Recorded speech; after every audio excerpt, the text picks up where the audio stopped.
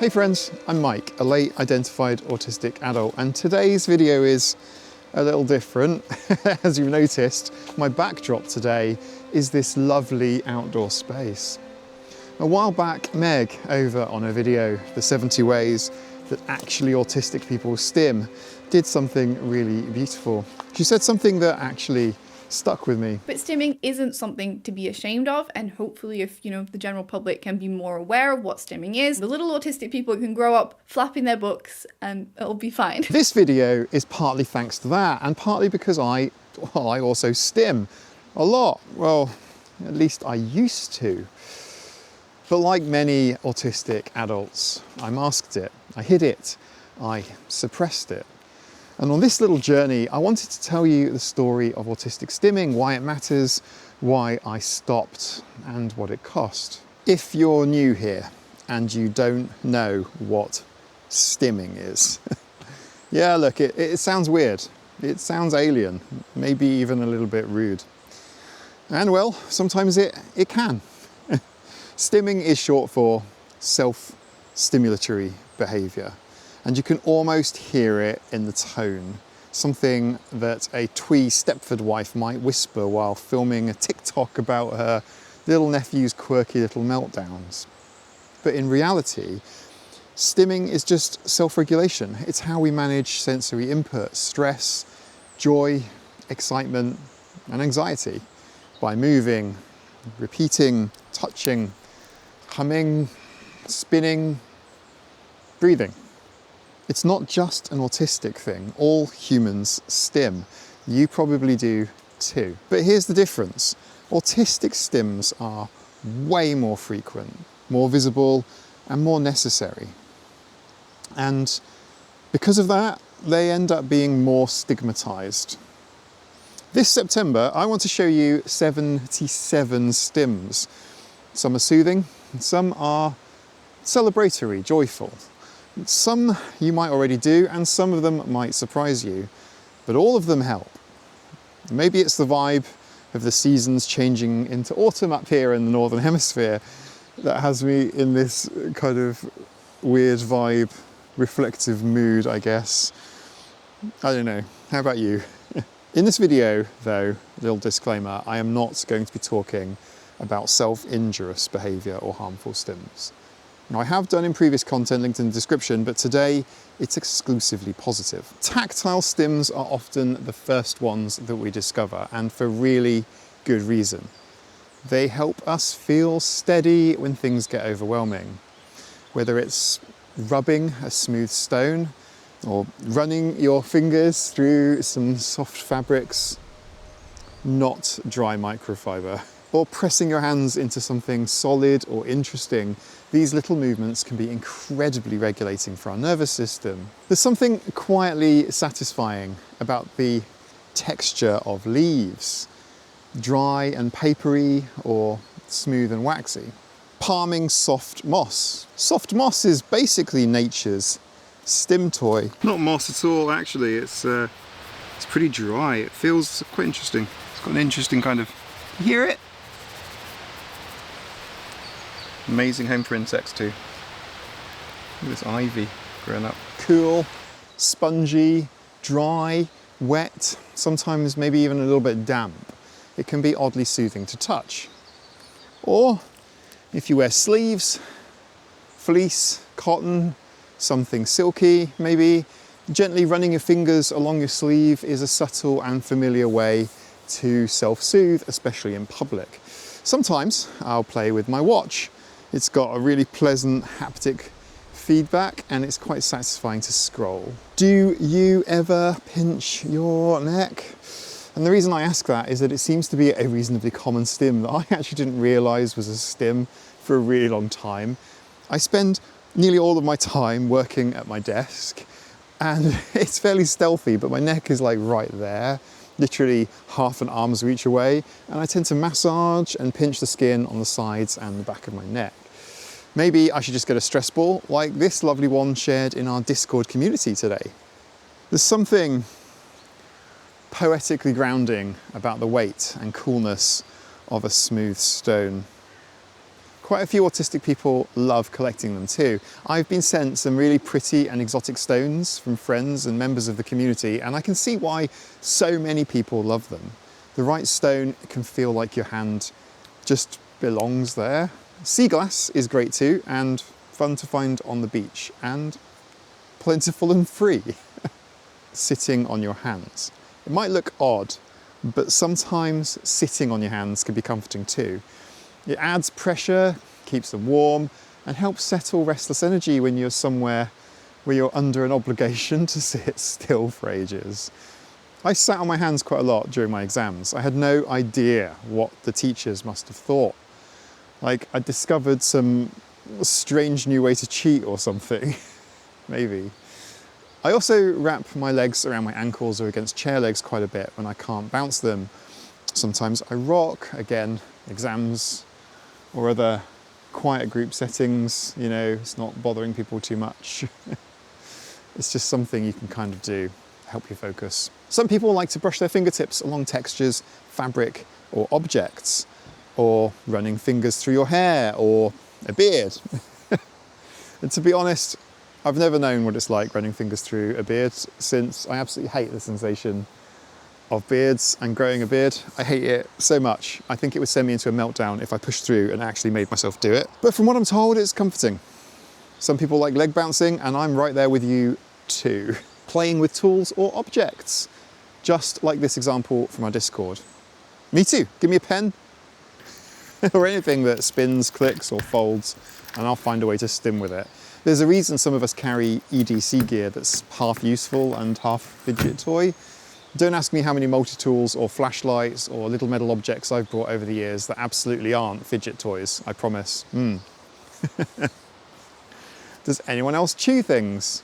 My hoodie drawstrings have all been chewed to bits. This steampunky painting of me that Catcher painted a little while ago was from a frozen freeze frame of one of my live streams, and I'm chewing a hoodie drawstring. I'm surprised that I have any hoodie drawstrings left at this point. Movement stims. Do you remember when I said autistic stimming tends to be more obvious and stigmatized than subtle stims, like some ones we've just been talking about? Well, quite often, obvious stims involve some sort of movement. And these are the stims that we often hide or get told to stop because they're visible and they don't look normal, whatever normal means. But movement is medicine, especially for autistic bodies. Pacing made it into my diagnostic report. I'm a real pacer. I pace when I'm thinking or I'm trying to explain anything. It helps me think, whether it's at home, on a stage, at work, or in a car park at 3 AM trying to explain what I've learned about a new generation of offshore wind turbines. And yes, that really happened, and it's in my diagnostic report. I have to move, or I can't focus, like, at all. Spinning slowly. Not so quickly that your vestibular system believes that you're on some sort of new generation of roller coaster, although I guess that can be quite stimmy. Slow spinning, just that gentle rotation, experiencing movement without a huge amount of speed. Now, our vestibular system loves that gentle stimulation, and I am a little bit woo now. I'm a little bit dizzy. Actually, I'm a bit dizzy. But it can be quite regulating without being overwhelming. Just don't make an unexpected tumble like I nearly did. Some autistic people like to jump in place or over things, or twirl sticks or objects. Some people like to rock side to side or bounce or shake legs or skip steps. And sometimes I found that when I'm forced to stay still, like I'm in a queue, maybe queuing for a coffee or something, I'll be moving my weight from one foot to another. And I've done this since childhood and never thought of it as an autistic or neurodivergent thing until recently. Maybe people don't really notice. It's not actually amazingly obvious, I don't think. Maybe it is. And I've been terribly thinking that it's been stealthy all this time, I don't know. But on the other hand, tiptoe walking really is a thing. Some autistic children may habitually walk on their toes, and in the past, some healthcare providers recommended a surgical procedure called Achilles tendon lengthening for persistent toe walking. This procedure involves cutting or lengthening the Achilles tendon to allow the heel to touch the ground. However, this surgery can lead to significant issues later in life. It can cause weaknesses in the calf muscles and reduced ankle strength, and it can alter your gait, causing knee, hip or back problems in later life, not to mention difficulties with athletics or nerve damage. Many autistic adults that underwent this procedure as children report ongoing pain, mobility issues and resentment that this natural autistic movement pattern was so pathologized and surgically corrected without their consent. Modern approaches typically favour less invasive interventions like physical therapies and stretching exercises, or simply just accepting that toe walking can be a harmless neurodivergent movement pattern. You know, when it's not causing pain or significant functional limitations with your gait.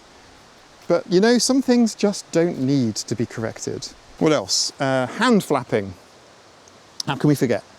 Quite possibly one of the earliest natural stims that gets bullied out of autistic people at an early age. Clenching and releasing fists, or finger tapping. I can almost see some of you doing that through my camera lens while watching this video. Busted. Thank goodness for this. Something to eat. Bit of peanut butter.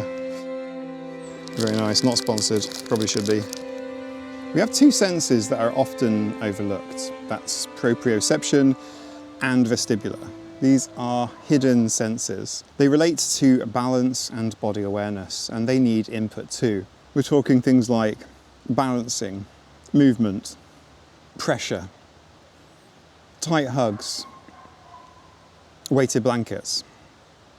I have a weighted blanket, but it really doesn't get the use that it deserves. Usually because whenever I sit or lie down at home, I've got cats, lots of cats. But in lieu of a massive pile of cats, weighted blankets are amazing and everyone should try one at least once. What else? Well, how about balancing on a log, slow twirling, jumping off steps, shoulder stretches, carrying a weighted backpack like me today, crawling into a den that you've made, big pillow fort or something like that, something that's got a bit of weight on it. Pressing your palms into your thighs is also good. Giving yourself a great big hug and a squeeze.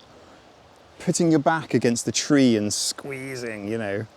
Swinging your arms around, or deliberate sort of stomping and kind of feeling the vibration and the pressure in your body. Sometimes being alone in nature makes me think of those survival shows on TV.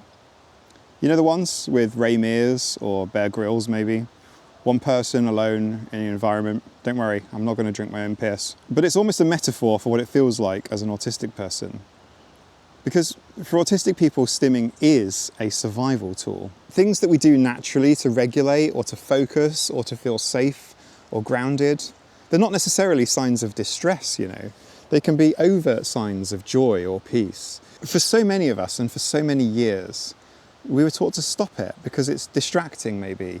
Grow up, hide it, grow out of it. But what if we grew into it instead? Research backs this up. Stimming supports emotional regulation. It helps us to process sensory input. It helps us to focus our attention and be grounded. It helps us to express emotion. It's not necessarily a distraction. It's a way for us to stay connected with ourselves and our spaces. Okay, moving on. Auditory and vocal stims. Sometimes it's the sounds that we make. Sometimes it's the ones that we listen to endlessly. Maybe a song turned up loud and on repeat for the 77th time. Sometimes it's just silence, that beautiful, chosen quiet. Some of us hum. Some of us whistle. You might click your tongue or tap sticks or objects together or deliberately crunch leaves. Maybe you repeat phrases, or you have a certain sound that you like to make or you use rhythmically. You might enjoy the sound of nature and birds, or snapping fingers, or playing an instrument, maybe singing one line of a song on repeat. In fact, talking of nature, it's full of potential stims. I mean, Visually, it's full of potential stims. There's so much to see. You don't even have to explore far. Just let your eyes kind of soften and adapt, and you can sort of take it all in. Stuff starts to just sort of pop out at you in the good kind of way. You don't need to move far. There's countless exploration in the square metre or so simply beneath your feet. I like to look for fallen trees and spend some time studying what might be around them. You might enjoy watching leaves dancing in the sunlight, or shadows, the way shadows move. You might enjoy watching water, ripples, just moving, or tracking insects as they go about their day to day. You could enjoy watching fish in a fish tank, or sparkly water droplets on a spider web. You might enjoy engrossing yourself in the colourful contrast between rocks and lichen and mosses, or watching birds fly overhead. There's a fun little gift that Nina got me. It's not nature, but it pretends to be. It's a really pretty light kind of mobile. It's soothing. It is aimed at young children and it is on my bedside, but who cares? I like it. You might enjoy looking into the branches and spotting patterns. So many autistic people make great naturalists for exactly this reason. This one is small but really powerful.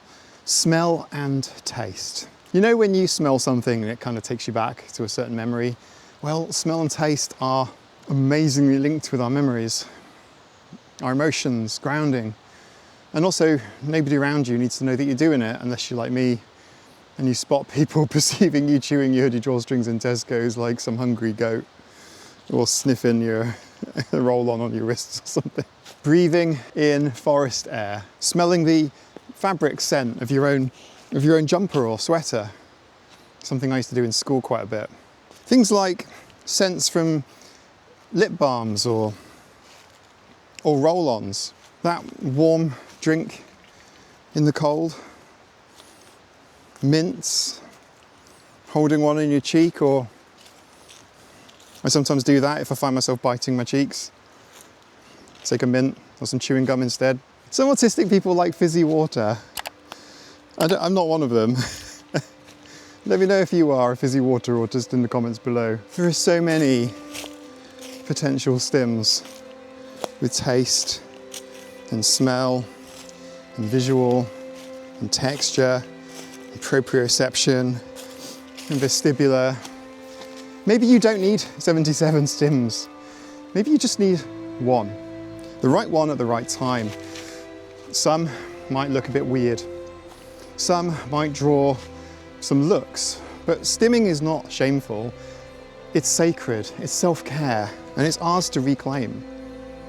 Maybe it's linked with being playful and open, sort of weirdly childlike. In our culture where, being cool and sophisticated is the expectation, Well, do that if you like burning out and melting down, because that's the consequence. And honestly, if you're neurotypical, imagine being trapped in a tiny, tiny jail cell without space to move. And that's how it feels like to be an autistic person, punished for stimming at home or at school or in employment. These stims help us to decompress, to focus, to dissipate some of the excess energy that's left alone. If that energy is left alone, it would cause us anxiety and stress, or worse down the line. If you'd like to hang out with more STIM positive friends, then come join us on the Scratching Post Discord community via Patreon. I have 3 tiers, and all tiers, including the lowest one, well, they all get you in, and we love to welcome you. If you want to explore more about stimming in less expected places, I made a video last month about sex, which, yes, can be a stim too. It's linked below and on screen. I also made a video last year going into more of my own stims in detail, and that's linked below and on screen here too. Take care, and I'll see you in the next one. Bye. Yorkshire tea. Not sponsored. Call me, don't call me. Email me. Yorkshire tea. Best stim in the world.